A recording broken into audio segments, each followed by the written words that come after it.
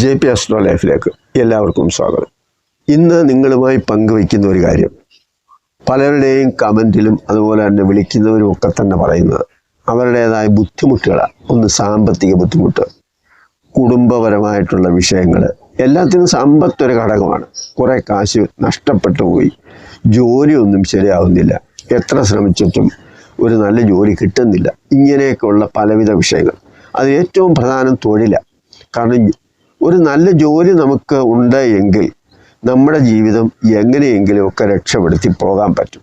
എന്ന് പറഞ്ഞാൽ ദൈനംദിന ജീവിതത്തിൽ കാര്യങ്ങൾ മുന്നോട്ട് പോകാനും എന്തെങ്കിലുമൊക്കെ ഒരു ഇൻവെസ്റ്റ്മെൻറ്റ് നടത്തി കുടുംബപരമായിട്ടൊക്കെ രക്ഷപ്പെടാനും ഒക്കെ സാധിക്കുന്ന ഒരു കാര്യമെന്ന് പറഞ്ഞാൽ ഒരു ജോലി തന്നെയാണ്. പിന്നെ കേരളത്തിൽ പ്രത്യേകിച്ച് മലയാളികളെ സംബന്ധിച്ചിടത്തോളം നല്ല ഒരു ശതമാനം പേരും ഇപ്പോഴും ചിന്തിക്കുന്നത് സർക്കാർ ജോലി കിട്ടുമോ എന്നുള്ളതാണ്. സർക്കാർ ജോലി ആയാലും പ്രൈവറ്റ് ജോലി ആയാലും അതിൻ്റേതായ ചില മെച്ചങ്ങളുണ്ട്. സർക്കാർ ജോലിയേക്കാൾ കൂടുതൽ ശമ്പളം മേടിക്കുന്ന പ്രൈവറ്റ് ജോലിക്കാരും ഉണ്ട്. അപ്പം ജോലി സംബന്ധമായ കാര്യത്തിൽ നിങ്ങളുടെ ജാതകം ഒന്ന് പരിശോധിച്ച് നോക്കി നിങ്ങൾക്ക് എന്തെങ്കിലും രക്ഷപ്പെടാനുള്ള മാർഗമുണ്ടോ എന്നതിനെ സംബന്ധിച്ചുള്ള ഒരു വീഡിയോയാണ് നിങ്ങളുമായിട്ട് പങ്കുവയ്ക്കുന്നത്. ഇത് ഏതെങ്കിലുമൊക്കെ രാശിക്കാരെയോ അല്ലെങ്കിൽ നക്ഷത്രക്കാരെയോ ഒന്നും ഉദ്ദേശിച്ചുള്ള കാര്യമല്ല. എങ്കിലും പൊതുവെ എല്ലാവർക്കും ഇത് ബാധകമായ ഒരു കാര്യം തന്നെയാണ്. പ്രത്യേകിച്ച് യുവാക്കൾക്കും ജോലി ലഭിക്കാതെ കഷ്ടപ്പെടുന്നവർക്കും പ്രായം അധികമായിട്ടും ഒരു ജോലി കിട്ടിയില്ലല്ലോ അല്ലെ ഒരു ജോലി വേണം എന്നാഗ്രഹിക്കുന്നവർക്കൊക്കെ അത്യാവശ്യമായും അറിഞ്ഞിരിക്കേണ്ട ഒരു കാര്യത്തെ സംബന്ധിച്ചാണ് ഈ വീഡിയോ. ഓരോ ഗ്രഹങ്ങളും ഇപ്പം നിങ്ങളുടെ ജാതകം എടുത്ത് നോക്കുമ്പോൾ മേടം രാശി മുതൽ മീനൻ രാശി വരെ 12 കോളം കാണും. ഈ 12 കോളത്തിൽ ഓരോ കോളം, അതായത് നമ്മൾ നേരെ മുൻപിലോട്ട് പിടിക്കുമ്പോൾ അതിൻ്റെ മുകൾ ഭാഗത്തെ ഏറ്റവും ഇടത്തെ അറ്റത്തെ മൂലയാണ് മീനം.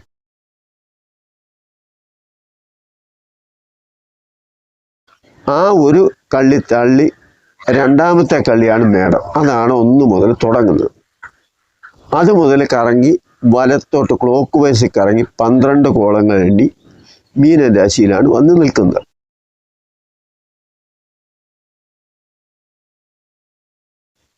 നമുക്കല്പം പോസിറ്റീവായിട്ട് ചിന്തിക്കാം. സർക്കാർ ജോലിക്ക് ചെറിയ സാധ്യതയുണ്ട്. അത് മാത്രമല്ല, ഇനിയും പറയുന്ന കാര്യങ്ങളും കൂടി ശ്രദ്ധിക്കണം. അതുപോലെ ശുക്രൻ ഇടവത്തിലോ മിഥുനത്തിലോ നിൽക്കുക. ഇടവൻ രാശി എന്ന് പറയുമ്പോൾ ശുക്രൻ്റെ തന്നെ സ്ഥാനമാണ്. മിഥുനൻ രാശി അതിൻ്റെ ബന്ധുരാശിയാണ്. അപ്പം അങ്ങനെ വരിക. കർക്കിടകത്തിലെ ചൊവ്വ, ഇപ്പം കർക്കിടകത്തിലെ ചൊവ്വ നീചരാശിയിൽ നിൽക്കുമ്പോൾ അതിനെ സംബന്ധിച്ചാണല്ലോ എല്ലാ രാശിക്കാരെ കുറിച്ച് ഓരോ വീഡിയോ ചെയ്തത്. അതും ബലഹീനനല്ല, ബലവാനാണ്. അങ്ങനെ നിൽക്കുക. കർക്കിടകത്തിൽ ചൊവ്വ നിൽക്കുക, ചിങ്ങത്തിൽ വ്യാഴം നിൽക്കുക, കന്നിയിൽ ബുധൻ നിൽക്കുക. കാരണം കന്നിയിൽ ബുധൻ അതിൻ്റെ ഉച്ചരാശിയാണ് ബുധൻ്റെ. അതുപോലെ വൃശ്ചികത്തിൽ വ്യാഴവും ചന്ദ്രനും വരിക. ധനുരാശിയിൽ വ്യാഴം, അതുപോലെ ബുധന്, ശനിയെ, ആദിത്യന്, ചൊവ്വായ, ഇത്രയും പേരിൽ ആരെങ്കിലുമൊക്കെ ഉണ്ടോ എന്ന് നോക്കുക. അതായത് ധനുരാശിയിൽ ധനു മാസത്തിൽ ജനിക്കുക, ധനുരാശി ചൊവ്വ നിൽക്കുക, ബുധൻ നിൽക്കുക, വ്യാഴം നിൽക്കുക, ശനി നിൽക്കുക. ഇനി മകരം രാശിയിൽ ചൊവ്വ വരിക, അതുപോലെ ശനി വരിക. ഇനി ചന്ദ്രൻ്റെ സ്ഥിതി വെച്ച് നോക്കുമ്പോൾ മകരത്തിലെ ചന്ദ്രനും അതിൻ്റെ ഒരു സൂചന തരുന്നുണ്ട്. എന്ന് പറഞ്ഞാൽ ഉത്രാടത്തിൻ്റെ 2, 3, 4 പാദങ്ങൾ, തിരുവോണം അവിട്ടത്തിൻ്റെ 1, 2 പാദത്തിൽ ജനിച്ചവരാണല്ലോ മകരക്കൂറുകാർ.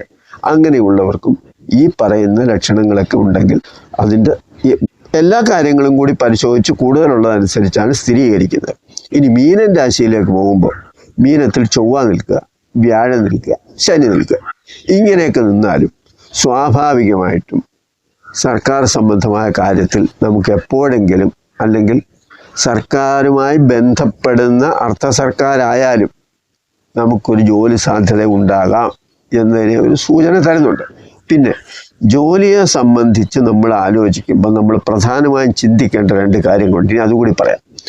നിങ്ങളുടെ കോളത്തിൽ, ഈ 12 കോളത്തിൽ എവിടെയെങ്കിലും ല എന്ന് എഴുതിയിരിക്കും. ആ ല എന്ന് എഴുതിയിരിക്കുന്നത് ലഗ്നം എന്നതിൻ്റെ സൂചനയാണ്. അതായത് ജനിച്ച സമയത്തെ രാശി. ച എന്നെഴുതുന്നത് നാളാണ് ഓരോ കൂറുകാരുടെ. അപ്പം ലഗ്നത്തിനും അതുപോലെ തന്നെ ജനിച്ച രാശിക്കും അതിൻ്റെ 10ാം ഭാവത്തിനും പ്രാധാന്യമുള്ള ഒരു കാര്യമാണ് തൊഴിൽ. 10-ാം ഭാവം കർമ്മസ്ഥാനമാണ്. അതായത് ലഗ്നാധിപനും 10-ാം ഭാവാധിപനും തമ്മിൽ ഒരു ബന്ധമുണ്ട് എങ്കിൽ കുറെ പ്രതീക്ഷയ്ക്ക് വകയുണ്ട്. അതാണ് ഒരു കാര്യം. മറ്റൊന്ന്, നിങ്ങൾ സർക്കാർ സംബന്ധമായ ജോലിയാണ് ആഗ്രഹിക്കുന്നത് എങ്കിൽ സർക്കാരിനെ പ്രതിനിധീകരിക്കുന്ന ഒരു ഗ്രഹമാണ് സൂര്യൻ.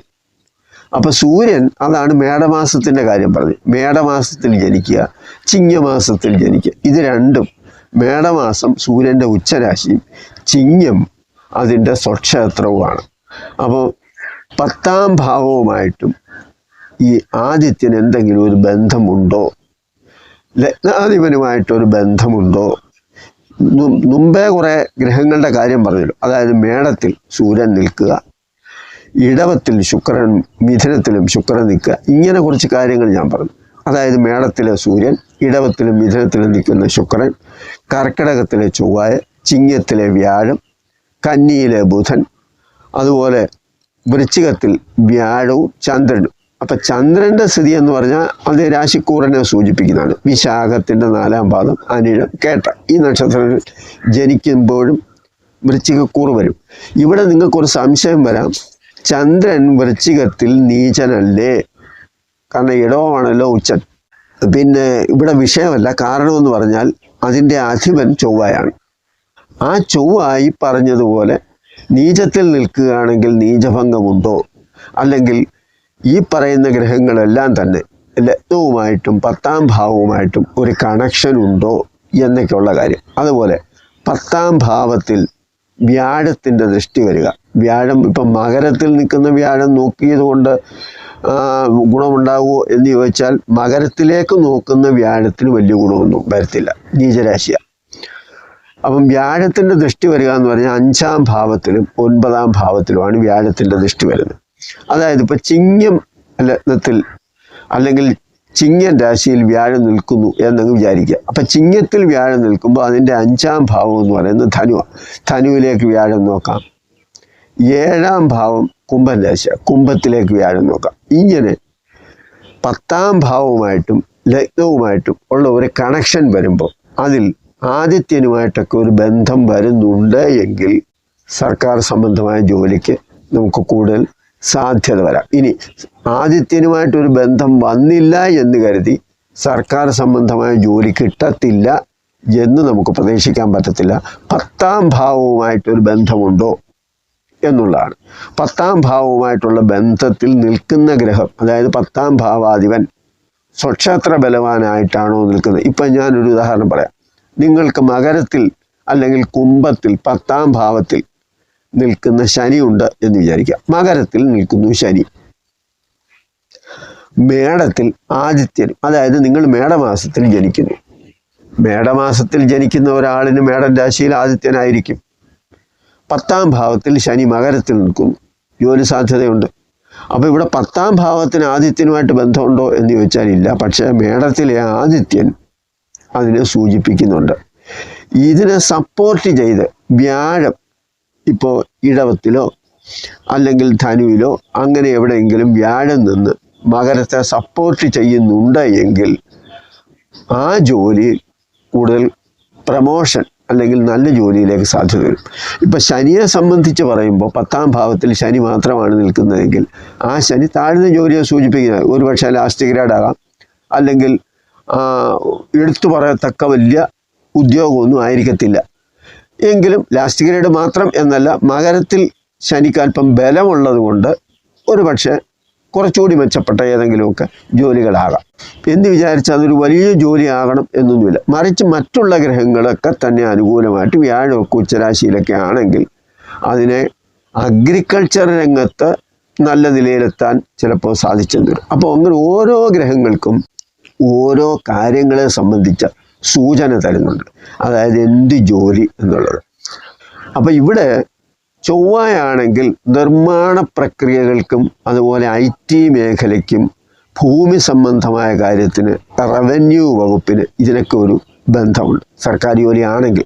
ശനിയാണെങ്കിൽ പുരാവസ്തുവിന് അതുപോലെ തന്നെ കൃഷിക്ക് ഇതിനൊക്കെ ബന്ധമുള്ള ഒരു കാര്യമാണ്.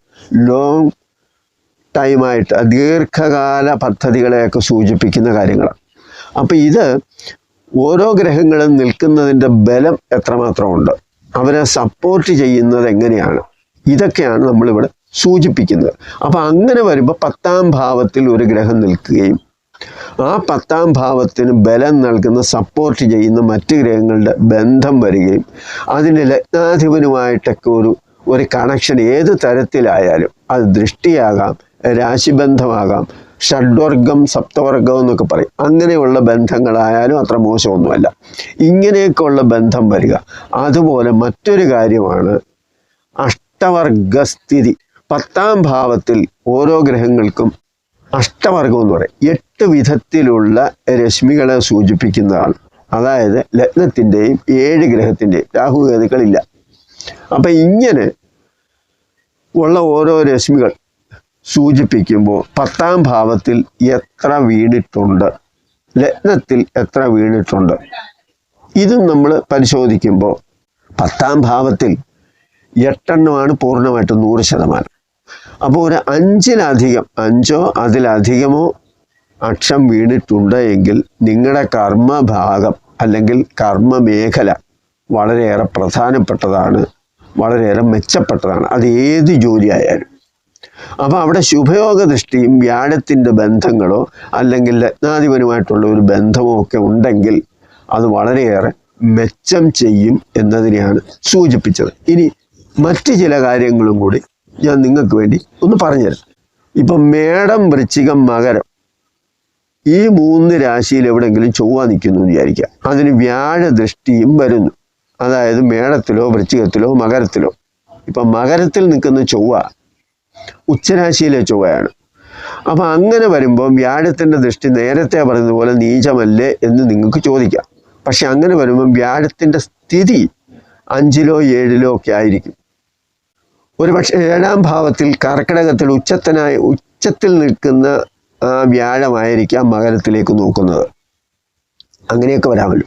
അപ്പം അങ്ങനെ വരുമ്പോൾ ഇങ്ങനെ വരുന്ന മകരത്തിലോ വൃശ്ചികത്തിലോ അല്ലെങ്കിൽ മേടത്തിലോ നിൽക്കുന്ന ചൊവ്വ കേന്ദ്രഭാവത്തിലാണ് വരുന്നത് എങ്കിൽ, അതായത് ലഗ്നത്തിൻ്റെ 4, 7, 10 ഭാവത്തിലാണ് വരുന്നതെങ്കിൽ തീർച്ചയായിട്ടും നിങ്ങൾക്കൊരു നല്ല ജോലി കിട്ടും. അത് സാധാരണഗതിയിൽ പ്രതിരോധ വകുപ്പിനെയൊക്കെ സൂചിപ്പിക്കുന്നു എന്നൊക്കെ വേണമെങ്കിലും നമുക്ക് പറയാൻ പറ്റും. അതായത് പട്ടാളം, പോലീസ്, ഇങ്ങനെയൊക്കെയുള്ള കാര്യം. കർക്കിടകത്തിലെ ചന്ദ്രൻ, ഇപ്പോൾ കർക്കിടകൻ രാശിയിൽ ചന്ദ്രൻ നിൽക്കുക എന്ന് പറയുമ്പം സ്വാഭാവികമായിട്ട് പുണർദം, പൂയം, ആയില്യം നക്ഷത്രക്കാരുടെ കാര്യം. അവിടെ ചൊവ്വയുടെ ദൃഷ്ടി വരിക, 10ൽ ശനി വരിക. അങ്ങനെ വന്നാലും അത് പ്രതിരോധത്തെയൊക്കെ സൂചിപ്പിക്കുന്നതാണ്. അതും ഒരു നല്ല ജോലിയെയൊക്കെ സൂചിപ്പിക്കുന്നുണ്ട്. അതുപോലെ മേടത്തിൽ ചന്ദ്രൻ വരിക, അശ്വതി, ഭരണി, കാർത്തിക ഈ നാളിൽ ജനിക്കുക. അവിടെ വ്യാഴത്തിൻ്റെ ദൃഷ്ടി വരിക അല്ലെങ്കിൽ ചൊവ്വയുടെ ദൃഷ്ടി വരിക. അപ്പം ഇങ്ങനെ വ്യാഴത്തിൻ്റെയോ ചൊവ്വയുടെയോ ദൃഷ്ടി മേടത്തിലേക്ക് വരികയും അവിടെ ഈ പറയുന്ന പോലെ ചന്ദ്രൻ ബലവാനായി നിൽക്കുകയും വേണം. ഇപ്പം അശ്വതി, ഭരണി, കാർത്തികയുടെ 1ാം പാദത്തിൽ ജനിച്ചത് കൊണ്ട് ഈ പറഞ്ഞതുപോലെ അങ്ങ് ജോലി കിട്ടും എന്നല്ല. ചന്ദ്രന് ബലം വേണം. ചന്ദ്രന് ബലം ഉണ്ടാകണമെങ്കിൽ വെളുത്ത പക്ഷത്തിൽ നിങ്ങൾ ജനിച്ചിരിക്കണം. അതായത് വെളുത്ത പക്ഷത്തിൽ വെളുത്തവാവിനോട് അടുത്ത ദിവസങ്ങളായാലും കുഴപ്പമൊന്നുമില്ല, ചന്ദ്രന് കുറച്ചൊക്കെ ബലം വരും. വെളുത്തവാവ് ദിവസം പൂർണ്ണ ബലവും, വെളുത്തവാവിന് 2ഓ 3ഓ ദിവസം അപ്പുറമോ ഇപ്പുറമോ ആയാലും ചന്ദ്രന് കുറച്ച് ബലമൊക്കെ കിട്ടും. അപ്പം അങ്ങനെ ജനിച്ചാലും നിങ്ങൾക്ക് ജോലി സാധ്യതയുണ്ട്. ഇനി ചന്ദ്രൻ കർക്കിടകത്തിൽ തന്നെ നിൽക്കുന്നു എന്ന് വിചാരിക്കാം. അതായത് പുണർദം 4ാം പാദം, പൂയം, ആയില്യം നാളിൽ ജനിച്ചു. എന്നാൽ ആ ചന്ദ്രന് വർഗോത്തമം, അതായത് നവാംശകം ചെയ്ത് നിൽക്കുന്നതും കർക്കിടകത്തിൽ തന്നെയാണ് എങ്കിൽ മീനത്തിൽ നിൽക്കുന്ന വ്യാഴം കർക്കിടകത്തിനെ നോക്കുമല്ലോ. മീനത്തിൽ വ്യാഴം ഉണ്ടെങ്കിൽ സ്വാഭാവികമായിട്ടും കർക്കിടകത്തിലേക്ക് ഒരു ദൃഷ്ടി വരും. ഇവിടെയും ചന്ദ്രന് ബലം വേണം എന്നത് നമ്മൾ പ്രത്യേകം പറയുന്നു. ചന്ദ്രന് ബലം ഉണ്ടെങ്കിൽ ഇവിടെ ലഗ്നവും ചന്ദ്രനും 2 രാശികളാണ് ഒരാളുടെ ജാതകത്തിൽ പ്രധാനമായിട്ട് പരിശോധിക്കുന്നത്. ചില ഘട്ടങ്ങളിൽ ലഗ്നത്തേക്കാൾ കൂടുതൽ ബലം ചന്ദ്രന് ലഭിക്കാറുണ്ട്. അതുകൊണ്ട് തന്നെ ലഗ്നം പോലെ തന്നെ പരമപ്രധാനമായി അതിനേക്കാൾ കുറച്ചുകൂടി താല്പര്യത്തോടു കൂടി ചന്ദ്രരാശിയും പരിഗണിക്കാം. അല്ലാതെ ഇപ്പോൾ ചന്ദ്രൻ്റെ ഇന്ന നാളിൽ ജനിച്ചതുകൊണ്ട് ആ രാശി നോക്കരുത് എന്നൊന്നുമല്ല. പലപ്പോഴും ലഗ്നത്തിന് ബലം കുറയുന്ന സാഹചര്യവും വരും. ചന്ദ്രന് ബലം ലഭിക്കുന്ന സാഹചര്യവും വരും. അപ്പോൾ ഇവിടെ ചന്ദ്രന് ബലമുണ്ടെങ്കിൽ കർക്കിടകൻ രാശിയിൽ നിൽക്കുന്ന ചന്ദ്രന് കർക്കിടകത്തിൽ തന്നെ വർഗോത്തമം ചെയ്ത് നിൽക്കുകയും മീനത്തിൽ നിന്ന് വ്യാഴം നോക്കുകയും ചെയ്യുക. അപ്പോൾ ലഗ്നം ധനുവായിട്ട് വരിക, ഉദ്ദേശം ഞാൻ പറയാം. അങ്ങനെ വരുമ്പോൾ സ്വാഭാവികമായിട്ടും മീനൻ രാശിയും കർക്കിടകൻ രാശിയും ജലരാശി ആയതുകൊണ്ട് തന്നെ അത് കപ്പൽ ജോലികളെ സൂചിപ്പിക്കുന്നു, അല്ലെങ്കിൽ സമുദ്രവുമായി ബന്ധമുള്ള ജോലികളെയൊക്കെ സൂചിപ്പിക്കുന്നു എന്നൊക്കെ പറയുന്നുണ്ട്. അതുപോലെ കർക്കിടകത്തിൽ ചന്ദ്രനും മീനത്തിലെ വ്യാഴവും അതുപോലെ ശുക്രനും ബുധനും ഒക്കെ നിൽക്കുക. ബുധൻ നിൽക്കുമ്പോൾ നിങ്ങൾ ചോദിക്കും മീനത്തിലെ ബുധൻ നീചനല്ലേ എന്നൊക്കെ ചോദിക്കാം. മേടത്തിൽ സൂര്യൻ വരിക, അത് ഉച്ചനാണ്. ഇടവത്തിൽ രാഹു വരിക. ഇങ്ങനെ വന്നാലും അതിന് ജോലി സാധ്യതയുണ്ട്. അതാണ് അതിൻ്റെ ഒരു പ്രത്യേകത. പിന്നെ മീനൻ രാശിയിൽ വ്യാഴവും ശുക്രനും ബുധനും നിൽക്കുക, സൂര്യൻ മേടത്തിൽ നിൽക്കുക, ഇടവത്തിൽ വ്യാഴം നിൽക്കുക. ഇതാണല്ലോ പറഞ്ഞത്. ഇങ്ങനെ വരുന്നതും കർക്കിടകത്തിലെ ചന്ദ്രനും, അതായത് പുണർദം പൂയം ആയില്യം നക്ഷത്രത്തിൽ ജനിക്കുകയും ചെയ്താൽ ഒരു ഡോക്ടർ ആവാനുള്ള സാധ്യത ഒരുപാട് കൂടുതലാണ്. കാരണം സേവന രംഗം ആരോഗ്യമായിരിക്കും. ആരോഗ്യരംഗത്ത് നല്ല സേവനം ചെയ്യുന്ന ഒരു ഡോക്ടറായിട്ട് മാറാം.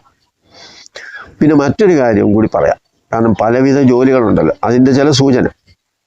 ഇപ്പോൾ ചിങ്ങലഗ്നം, ശുക്രൻ ചിങ്ങത്തിൽ നിൽക്കുന്നു, ആദിത്യനും ബുധനും നിപുണയോഗത്തോടുകൂടി കന്നിയിൽ നിൽക്കുന്നു. എന്ന് പറഞ്ഞാൽ കന്നി ബുധൻ്റെ ഉച്ചരാശിയാണ്. ധനു ചന്ദ്രൻ നിൽക്കുക, അതായത് മൂലം പൂരാടം ഉത്രാടം നാളി ജനിക്കുക. ചന്ദ്രന് ബലം വേണം. അങ്ങനെ വന്നാൽ ഒരു നല്ല അധ്യാപകനാകാം. ഈ പറഞ്ഞത് എന്താണെന്ന് ചോദിച്ചാൽ ഓരോരുത്തരുടെയും ജാതകത്തിലെ സ്ഥിതി അനുസരിച്ച് തന്നെ നമുക്ക് എപ്പോഴെങ്കിലും ഒരു ജോലിക്ക് സാധ്യതയുണ്ടോ എന്ന് ചോദിക്കുമ്പോൾ 10ാം ഭാവാധിപനും ഭാവത്തിൽ നിൽക്കുന്ന ഗ്രഹങ്ങളുടെയും ദശാപഹാരകാലങ്ങൾ ഒരു പ്രധാനമാണ്. 10ാം ഭാവാധിപൻ്റെ ദശാപഹാരം, 10ാം ഭാവത്തിൽ നിൽക്കുന്ന ഗ്രഹത്തിൻ്റെ ദശാപഹാരം, ഇതൊക്കെ ബലമുള്ളതായിരിക്കണം, ഇഷ്ടഭാവത്തിലായിരിക്കണം എന്നുള്ളതാണ്. അതുപോലെ തന്നെ ലഗ്നാധിപൻ, ലഗ്നത്തിൽ നിൽക്കുന്ന ഗ്രഹങ്ങൾ, ഇതെല്ലാം തന്നെ നമ്മളൊന്ന് സമന്വയിപ്പിച്ച് നോക്കുമ്പോൾ ഇപ്പം നമുക്കൊരു ദശാപഹാരകാലം നമ്മളൊന്ന് എടുക്കുന്നു, ഒരു ദശ. ആ ദശ നമുക്ക് അനുകൂലമല്ല എന്ന് വിചാരിക്കുക.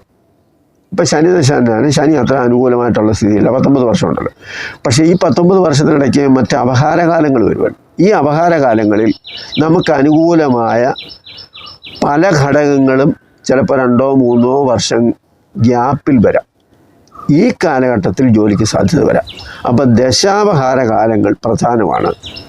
ഇതൊക്കെ തന്നെയാണ് നമുക്ക് എന്ന് ജോലി കിട്ടും എന്നതിനെ സംബന്ധിച്ചുള്ള കാര്യം. പിന്നെ മറ്റൊരു കാര്യം, സർക്കാർ ജോലി ആഗ്രഹിക്കുന്നവർ ഇപ്പം സാധാരണഗതിയിൽ അതിനൊരു പ്രായമുണ്ടല്ലോ. അതായത് ഒരു 20 വയസ്സ് മുതൽ മേലോട്ടുള്ള കാര്യങ്ങൾ നോക്കുമ്പോൾ ഇതിനകത്ത് നമുക്ക് അനുകൂലമാണെങ്കിൽ സർക്കാർ സംബന്ധമായ സർവീസിലേക്ക് സാധ്യത വരാം. ഒരു 35-40 വയസ്സിന് ശേഷം കിട്ടുമെന്ന് ചോദിച്ചാൽ താൽക്കാലികമായ ജോലികൾ ചിലപ്പോൾ കിട്ടാം. അപ്രധാനമായ താൽക്കാലിക ജോലികൾ, അല്ലെങ്കിൽ മറ്റു സർക്കാരിൻ്റെ എല്ലാ ആനുകൂല്യങ്ങളും കിട്ടാത്ത ജോലികളൊക്കെ ചിലപ്പോൾ ലഭിച്ചെന്നും വരാം. അപ്പോൾ ഇതൊക്കെ നമുക്ക് സ്വന്തമായി തന്നെ കണ്ടെത്താനും അതനുസരിച്ച് തന്നെ പഠിക്കാനും മുന്നോട്ട് പോകാനും ഒക്കെ സാധിക്കും. വിദ്യാർത്ഥികളായിട്ടിരിക്കുന്നവർക്ക് ഇപ്പം നമ്മൾ പഠിക്കുന്ന മേഖലയിൽ തന്നെ ജോലി കിട്ടണമെന്ന് നിർബന്ധമൊന്നുമില്ല. പഠിത്തം ഒരു ഭാഗത്തൂടെ കിടക്കും, ജോലി വേറൊരു ഭാഗത്തൂടെ പോകും. പലപ്പോഴും നമ്മൾ ആഗ്രഹിക്കുന്ന ജോലി കിട്ടണമെന്നുമില്ല. അപ്പോൾ അങ്ങനെയൊക്കെ ഉള്ള കാര്യങ്ങൾ നിങ്ങൾക്ക് തന്നെ മനസ്സിലാക്കാൻ വേണ്ടിയാണ് ഇത്രയും വിശദമായിട്ട് ഈ വീഡിയോ നിങ്ങൾക്ക് തന്നെ. കാരണം ഇപ്പോൾ തൊഴിലില്ലായ്മ ഒരു പ്രധാന പ്രശ്നമായതുകൊണ്ട് തന്നെ പലരും അന്യദേശത്തൊക്കെ പോയി ലക്ഷങ്ങൾ മുടക്കി പല രാജ്യം വിട്ടുപോകുന്ന ഒരു സാഹചര്യത്തിലാണ് ഇങ്ങനൊരു വീഡിയോ ചെയ്യാമെന്ന് വിചാരിച്ചത്. ഈ വീഡിയോ നിങ്ങൾക്ക് ഇഷ്ടപ്പെട്ടാൽ മറ്റുള്ളവർ കൂടി ഷെയർ ചെയ്ത് കൊടുക്കുക. നന്ദി, നമസ്കാരം.